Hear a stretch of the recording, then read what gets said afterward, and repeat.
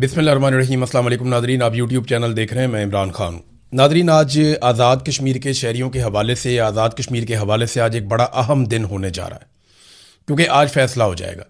अगर आज़ाद कश्मीर के शहरी निकल आए और बहुत बड़ी तादाद में निकल आए और उन्होंने अपने लॉन्ग मार्च को कामयाब बना लिया, तो फिर मुतालबात पे भी बात होगी, मुज़ाकरात भी दोबारा होंगे, चीज़ें नॉर्मलाइज होने की तरफ जाएंगी। लेकिन अगर आज अवाम ना निकली और अवामी जॉइंट एक्शन कमेटी के लोग अकेले रह गए, तो फिर याद रखिएगा, जो जो लोग इस कमेटी के अंदर शामिल थे या जो लोग भी इसके साथ काम करते रहे हैं, उनके खिलाफ एक बड़ा हौलनाक और खौफनाक किस्म का क्रैकडाउन होगा। यानी जो पाकिस्तान तहरीक इंसाफ के साथ हमने होते हुए देखा गुज़िश्ता 4 सालों में पाकिस्तान में, उससे मिलती जुलती या उससे ज़्यादा शिद्दत की चीज़ें हम होती हुई देखेंगे आज़ाद कश्मीर में। तो आज के दिन के ऊपर सारा इन्हिसार है। देखिए, हमारी सारों की ज़िंदगी में ना कभी ये मौका आता है कि हमें फ़ैसला करना पड़ता है। ये बात मैं आज़ाद कश्मीर के शहरियों से कर रहा हूँ, हर एक की ज़िंदगी में आता है। इमरान खान की ज़िंदगी में मौका आया, उसको फ़ैसला करना था कि वो किस रास्ते पे चलेगा, तो उसने अपना रास्ता चुन लिया। उसने कहा, जी मैं हकीकी आज़ादी लूँगा और मैं इनके सामने हार नहीं मानूंगा, मैं इनसे नहीं डरूंगा और इनका मुकाबला करूंगा। तो इमरान खान ने अपना रास्ता चुन लिया। मेरे सामने ज़िंदगी में बार बार ये मौका आया, जब जब मैंने अपने दिल की सुनी, अपने ज़मीर की सुनी, मुझे नुकसान ज़रूर हुआ लेकिन कभी मुलामत नहीं हुई, पछतावा नहीं हुआ। हाँ, नुकसान ज़रूर हुआ। यानी मैं खुशियाँ ख़रीद सकता था लेकिन इत्मीनान चला जाता। तो मेरे साथ आज जो भी है, हो सकता है मैं ज़्यादा खुश ना हूँ, लेकिन मैं मुतमईन हूँ कि जो मैंने किया वो ठीक किया। जो मैंने किया वो मेरे दिल की आवाज़ थी। कभी कभी ऐसा होता है कि आप एक फ़ैसला कर लेते हैं वक्ती तौर पे, कमज़ोर पड़ के, वक्ती तौर पे किसी मुसीबत से बचने के लिए आप फ़ैसला कर लेते हैं। वो एक कमज़ोर लम्हा आपका पीछा करता है, फिर वो आपको नहीं छोड़ता, ज़िंदगी भर का एक पछतावा रहता है। तो उस पछतावे से बचने से बेहतर है कि मौके के ऊपर अपने ज़मीर की आवाज़ सुनी जाए, वो फ़ैसला किया जाए जिस फ़ैसले में पछतावे का अंसर ना हो, बाद में आपको पछताना ना पड़े, आप फ़ख्र कर सकें अपने ऊपर कि ठीक है, नुकसान हो गया, कोई बात नहीं, ठीक है, मेरे पैसे ज़ाया हो गए, मेरी प्रॉपर्टी का नुकसान हो गया, मुझे खुद कुछ सेहत के मसाइल आ गए या कुछ भी हुआ, लेकिन कम से कम मैंने जो किया मैं उस पर मुतमईन हूँ। तो ये ज़िंदगी में सबको मौका मिलता है, हर एक को मिलता है। आज ये आज़ाद कश्मीर वालों का मौका है कि वो ये फ़ैसला करें कि वो एस्टेब्लिशमेंट की ग़ुलामी करेंगे या एस्टेब्लिशमेंट की ग़ुलामी से अपने आप को आज़ाद करेंगे। आज कश्मीर के लोगों ने फ़ैसला करना है कि वो अपने बच्चों को किस तरह का कश्मीर देकर जाना चाहते हैं। क्या उनके बच्चों के कश्मीर में भी ये मसाइल ऐसे ही रहेंगे, या उनके बच्चे एक महफूज और निस्बतन आज़ाद कश्मीर के अंदर होंगे जहां पे वो अपने फ़ैसले खुद कर सकेंगे, उनके फ़ैसले बंद कमरों में नहीं होंगे। तो इसीलिए मैंने कहा कि आज एक बड़ा अहम दिन है जहां कश्मीरी फ़ैसला करेंगे कि वो अपने हकूक़ पे सरेंडर करेंगे या अपने हकूक़ पे डाके को आइंदा के लिए बंद करवाएंगे। नाज़रीन, कुछ अफवाहें चलाई जा रही हैं और ये सोशल मीडिया पे और दीगर ज़राए से आज़ाद कश्मीर में ख़बरें फैलाई जा रही हैं। ख़बरें ये फैलाई जा रही हैं कि कोई कह रहा है कि कॉल मुअख्खर हो गई, कोई कह रहा है कि ये हो गया, कोई कह रहा है कि वो हो गया, कोई कह रहा है कि आदत में फ़लाँ बंदे पकड़े गए। तो ऐसा कुछ भी नहीं है। जो अवामी जॉइंट एक्शन कमेटी की सारी क़यादत है वो महफूज है और वो आपस में किसी ना किसी तरह राब्ते में भी है, नंबर 1। नंबर 2, अगर लॉन्ग मार्च कामयाब होता है तो ये सारे लोग अवाम के बीच में आ जाएंगे और वो दिखाई भी देगा उस वक्त। और नंबर 3, अभी तक एहतजाज की कॉल को मुअख्खर नहीं किया गया, यानी एहतजाज को कैंसिल नहीं किया गया। अभी तक 9 जून का एहतजाज अमली तौर पे एग्जिस्ट कर रहा है, उसकी कॉल अभी तक ख़त्म नहीं की गई। और ये जो ऑफिशियल अकाउंट्स हैं वहाँ से ये खबर बार बार दी जा रही है कि अफवाहों पे आप कान ना धरें। मार्केट में बहुत सारी लॉन्ग मार्च के हवाले से अफवाहें फैलाई जा रही हैं, मगर ऑफिशियल्स कह रहे हैं कि इनके ऊपर कान मत धरें और आप फोकस रखें 9 जून के अपने एहतजाज के ऊपर। नाज़रीन, हमने आज कुछ मनाजिर बरतानिया में भी देखे जो अजीब मनाजिर हैं। हम ये तवक्को नहीं कर रहे थे माजी में कभी कि ऐसा भी होगा, लेकिन आसिम मुनीर साहब ने जिस तरीके से पाकिस्तान को चलाया है, हमने बहुत सारी चीज़ें पहली मरतबा होते हुए देखी। तो आज एक और नई चीज़ हमने होते हुए देखी कि वो कश्मीरी नौजवान और कश्मीरी शहरी जो आज़ाद कश्मीर के हैं, जो रहते हैं बरतानिया में, वो जो एहतजाज किया करते थे इंडियन एम्बेसी के बाहर जाकर, और वो भारत के खिलाफ एहतजाज किया करते थे हमेशा से, इस बुनियाद पर कि भारत कश्मीरियों के हकूक़ गसब कर रहा है, वो सारे लोग आज पाकिस्तान की एम्बेसी के बाहर एहतजाज कर रहे थे। ये इंतहाई अफसोसनाक मनाजिर हैं। और पाकिस्तान को यहां तक लाए एस्टेब्लिशमेंट के फैसले। यानी टॉक शो के अंदर एस्टेब्लिशमेंट के लोग जो हैं, मुक्तदरा एस्टेब्लिशमेंट आप यही बोलते हैं ना, वो टॉक शो के अंदर मैसेजेस करके बता रहे हैं कि जनाब हम तो कंप्रोमाइज नहीं करेंगे, हम तो 12 सीटें भी रखेंगे, हम तो इनके साथ बातचीत भी नहीं करेंगे, हम इनको मुंह भी नहीं लगाएंगे। और वो जो वजीर आजम है फैसल राठौर, वो इनके मुताबिक अपना मौक़िफ़ भी बदल लेता है। अब एक और खेल भी हुआ आज। फैसल राठौर ने, मेरी इंफॉर्मेशन के मुताबिक, जो वजीर आजम है आज़ाद कश्मीर का, उसने पाकिस्तान पीपल्स पार्टी की क़यादत को बताया कि जो खेल इस वक्त एस्टेब्लिशमेंट खेल रही है आज़ाद कश्मीर में, या तो आप इलेक्शन मुलतवी करवा दें कि इलेक्शन ही ना हो वहां पे, और अगर आज़ाद कश्मीर में इलेक्शन हुआ और अपने शेड्यूल के मुताबिक हुआ, जो कि जुलाई के आखिर में होने जा रहा है, 1 महीना और कुछ दिन उसमें बाकी हैं, और अगर तो इलेक्शन अपने शेड्यूल के मुताबिक आज़ाद कश्मीर में होता है तो हम अपने हलकों में भी नहीं घुस सकेंगे इसके बाद। क्योंकि देखिए, पीपल्स पार्टी का वहां पे वजीर आजम बनाया गया, फैसल राठौर उसका नाम है, और वो एस्टेब्लिशमेंट के साथ बड़े अच्छे तरीके से चलता है। तो पीपल्स पार्टी को उन्होंने बताया, और उसके बाद से लेकर अब तक लगातार सहाफ़ियों को, मुख्तलिफ दानिश्वरों को और मुख्तलिफ जगहों पे ये इंफॉर्मेशन फैसल राठौर और उनके लोगों की जानिब से फीड की जा रही है कि जनाब ना तो मैं कलअदम करने के हक में था, ना जनाब मैं कोई उनके ऊपर गोली चलाने के हक में हूं, ना मैं उनके ऊपर क्रैकडाउन करने के हक में हूं। मैं तो मुज़ाकरात करना चाहता था, लेकिन ये सारा कुछ एस्टेब्लिशमेंट ने किया है, तो आप जनाब ये खबरें चलाएं, आप जनाब ये दावे करें टीवी के ऊपर, और खुद मुंह से एक लफ्ज बोलने को तैयार नहीं है। तो ये अवाम को बेवकूफ़ समझते हैं कि इनके लिए जनाब बयानिया बनाया जाए कि फैसल राठौर बेगुनाह है, नवाज शरीफ बेगुनाह है, जरदारी बेगुनाह है, और ये सारा कुछ ज़बरदस्ती एस्टेब्लिशमेंट ने कर दिया, और ये तो बेचारे रोटी को चोची कहते थे। ऐसा नहीं है। मैं कुछ चीज़ें रिकॉर्ड पे लाना चाहता हूं, और मुझे आज़ाद कश्मीर के लोग मेरी तस्हीह कर सकते हैं। आप खुद बताएं मुझे, यहां कमेंट करके आप बता दें कि क्या नवाज शरीफ ने या जरदारियों ने, शरीफों ने या जरदारियों ने, किसी ने भी अभी तक मजम्मत की है जो रावला कोट में कत्लेआम हुआ या जो ऑपरेशन हुआ उसकी, या एक अवामी जॉइंट एक्शन कमेटी को कलअदम करार देने पर इन्होंने कोई मजम्मत की हो या कोई स्टेटमेंट दिया हो इस अमल के खिलाफ? तो ना नवाज शरीफ बोला, ना जरदारी बोला, और ना इनके खानदान बोले, और ना इनकी पॉलिटिकल पार्टीज बोली। तो ये तो बेनिफिशरी है इस सारे खेल के। ये पब्लिक को बावर करवाते हैं कि जनाब ये हम नहीं कर रहे, ये कर रहे हैं, ये कर रहे हैं, वो कर रहे हैं। पब्लिक को कहानी कोई और सुना देते हैं, लेकिन अंदर खाते ये एस्टेब्लिशमेंट की पूरी सहूलतकारी कर रहे हैं। वो जो जुल्म करते हैं ये उसके हिस्सेदार हैं।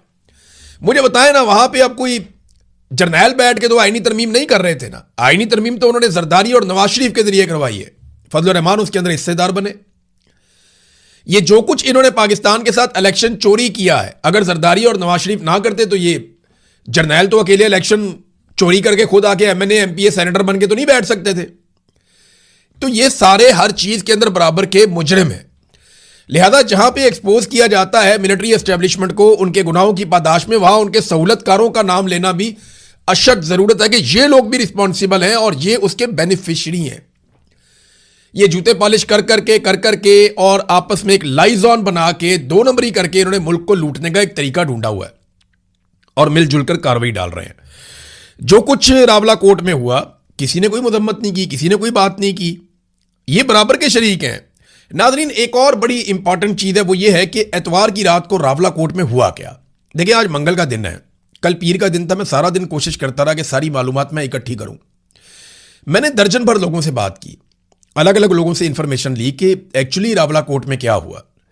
एक तो पूरे कश्मीर के अंदर जो है वो बात करना ही अजाब बना हुआ है। इंटरनेट, मोबाइल फोन, ये चीजें बंद हैं। मवासलात का पूरा निज़ाम दरम बरम करके बंद किया हुआ है कि लोग आपस में राब्ते में ना रहें। और ये सारा कुछ किया हुआ है ताकि अवामी जॉइंट एक्शन कमेटी के लोग ज़्यादातर आपस में राब्तों में ना आ सकें, और अगर वो राब्तों में आ गए तो फिर वो क्या करेंगे, वो ज़्यादा बेहतर कोऑर्डिनेशन के साथ निकलेंगे। लिहाजा उनके राब्ते तोड़ने के लिए पूरी की पूरी कश्मीर की आवाम को ही सज़ा दे दी गई। तो आप वहां से इंफॉर्मेशन कलेक्ट नहीं कर सकते, बहुत मुश्किल है। तो मैंने अलग अलग सोर्सेज से जो इंफॉर्मेशन कलेक्ट की वो अभी भी बखरों में और टुकड़ों में है। लेकिन जब तक वहां पे मवासलात का निज़ाम बहाल नहीं हो जाता, जब तक कि जॉइंट अवामी एक्शन कमेटी कोई एलामिया जारी करके नहीं बताती कि कितने लोग लापता हैं, कितने जख्मी हैं और कितने जाँ बहक हुए हैं, तब तक हम कुछ कह नहीं सकते। लेकिन जो कम से कम इतलात भी आई हैं वो 10 लोगों के जाँ बहक होने की इतलात कम से कम मौसूल हुई हैं, और जो इसके अलावा ज़्यादा से ज़्यादा है वो तो बहुत बड़े नंबर भी लोग बताते हैं। लेकिन ज्यादा लोग जो दावा कर रहे हैं वो कह रहे हैं जी 20 लोगों के आसपास लोग जो हैं वो जाँ बहक हुए हैं, जबकि बहुत बड़ी तादाद में लोगों को बुलेट इंजरीज आई हैं, यानी उन्हें गोलियां लगी और गोलियां लगने से वो जख्मी हो गए। अब सबूत मिल नहीं रहे, इंफॉर्मेशन बाहर आ नहीं रही, बहुत सारे लोगों को बुलेट इंजरी हुई है, इंटरनेट कम्युनिकेशन के जराए बंद हैं, लोग राब्तों में नहीं हैं। लेकिन सबको इतना जरूर मालूम है कि 9 जून को उन्होंने निकलना है और इसके लिए मसाजिद में ऐलान किया जाएगा, जो जो तरीकाकार लोग अपनाएंगे उसके जरिए वो निकलेंगे। होना यह था कि 9 जून को पूरे कश्मीर के अंदर लॉकडाउन होना था और एक लॉन्ग मार्च शुरू होना था। हुकूमत ने 3 दिन पहले ही पूरा कश्मीर बंद कर दिया। अमली तौर पे मवासलात का निज़ाम बंद है, बस सर्विसेज बंद हैं, जो गुड ट्रांसपोर्ट्स हैं वो भी बंद हैं, बहुत सारी और मामलात ज़िंदगी जो हैं वो मौखर हो गए हैं। तो आज़ाद कश्मीर गुज़िश्ता 3 दिनों से लगभग बंद है और वहाँ पे कारोबारी ज़िंदगी तकरीबन मुअत्तल है। तो जो काम शुरू होना था आज के दिन से 9 जून से हुकूमत ने 3 दिन पहले से शुरू किया हुआ है। अब देखना यह है कि आज के दिन जिन लोगों ने निकलना था वो क्या करते हैं। आज के दिन पे बहुत ज़्यादा इन्हिसार है कश्मीरियों के मुस्तकबिल का। अगर आज कश्मीरी जीतने के लिए निकले तो ये सारा कुछ हासिल कर सकते हैं, और अगर आज कश्मीरी नहीं निकलते और ये मौका ज़ाया करते हैं तो इसके बाद एक बड़ा खौफनाक क्रैकडाउन, मैं पहले बता रहा हूं आपको, बाद में कोई ना कहे, बड़ा ज़बरदस्त क्रैकडाउन प्लान किया गया है। जितने सहाफ़ी बात करते हैं अवामी जॉइंट एक्शन कमेटी के हक में या थोड़ा बहुत भी उन पर शक होगा वो सारे ज़ेरे ताब आएंगे, नौकरियां छीन ली जाएंगी, सहाफ़ियों को निशान इबरत बनाया जाएगा, जितनी आवाज़ें उठती हैं सारी कुचल दी जाएंगी, सियासी लोग जितने उनके साथ जुड़े हैं उन सबको निशान इबरत बनाया जाएगा। कोई भी उन लोगों की हमदर्दी रखने वाला इलेक्शन ना लड़ सकेगा ना जीत सकेगा, और इन लोगों को, जो अवामी जॉइंट एक्शन कमेटी के लोग हैं, इनको इनकी फैमिलियों समेत निशान इबरत बनाया जाएगा। ये मैं आपको पहले बता रहा हूं। और इसका आगाज थोड़ा बहुत हुआ, आपने एक टीजर देखा है, अभी आप देखेंगे उसका ट्रेलर, और फिर आप बहुत जल्द उसका पूरा एक्शन भी देखेंगे। और ये वो करेंगे, अगर अवाम नहीं निकलती अपने हक के लिए तो फिर पूरी तरह से कुचले जाने के लिए आप तैयार रहें। नादरीन, गिलगित बल्तिस्तान में वही हुआ जिसके बारे में मैंने आपसे कहा था कि ये आपस में लड़ेंगे, नूरा कुश्ती करेंगे। नूरा कुश्ती का मैंने बाकायदा अपने वीलॉग के जो पेज है उसके ऊपर लिखा भी था कि नूरा कुश्ती है। तो नूरा कुश्ती मुकम्मल हो गई। नूरा कुश्ती के बाद जिसको जितनी सीटें मिली, इसी तनख्वाह पे काम करने के लिए पाकिस्तान पीपल्स पार्टी और नून लीग ने मिलकर गिलगित बल्तिस्तान में हुकूमत बनाने का फैसला कर लिया है। अभी थोड़े दिन पहले तक वो कहते हैं ये बहुत बुरे हैं, ये चोर हैं, ये फार्म 47 पे आए हुए हैं, ये गलत फैसले कर रहे हैं, ये आपका हक मार रहे हैं, ये आपके हक पे डाका डाल रहे हैं। और अब वो दूसरा कह रहा था नहीं ये है चोर, ये फ्रॉडी है। तो देखो उन्होंने कराची का क्या हाल किया, वो तुम्हारा भी यही हाल करेंगे।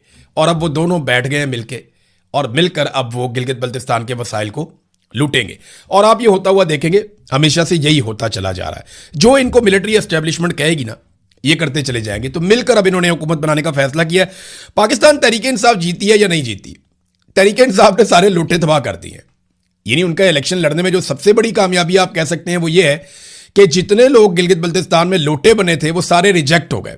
हालांकि उनकी बड़ी अपने इलाकों में वोट बैंक भी था, अपने इलाकों में पहचान भी थी, और वो जोम के साथ अलग हुए थे जब खालिद खुर्शीद के खिलाफ पूरा एक ऑपरेशन किया गया था कि जनाब हमें तो हमारे लोग वोट डाल देंगे। नहीं पड़े वोट, फारिग हो गए। तो पीटीआई ने लोटे सारे ठोक दिए, हत्ता के बड़ा लोटा जो था वो भी ठोक दिया। गो के खुद पाकिस्तान तहरीक इंसाफ अक्सरियत नहीं ले सकी। हाँ, जो मैंने बात की पिछले वीलॉग में, अब बैरिस्टर गौहर भी वही बात कर रहे हैं और उन्होंने वजाहत के साथ बात की, ये कोई ढकी छुपी बात नहीं है।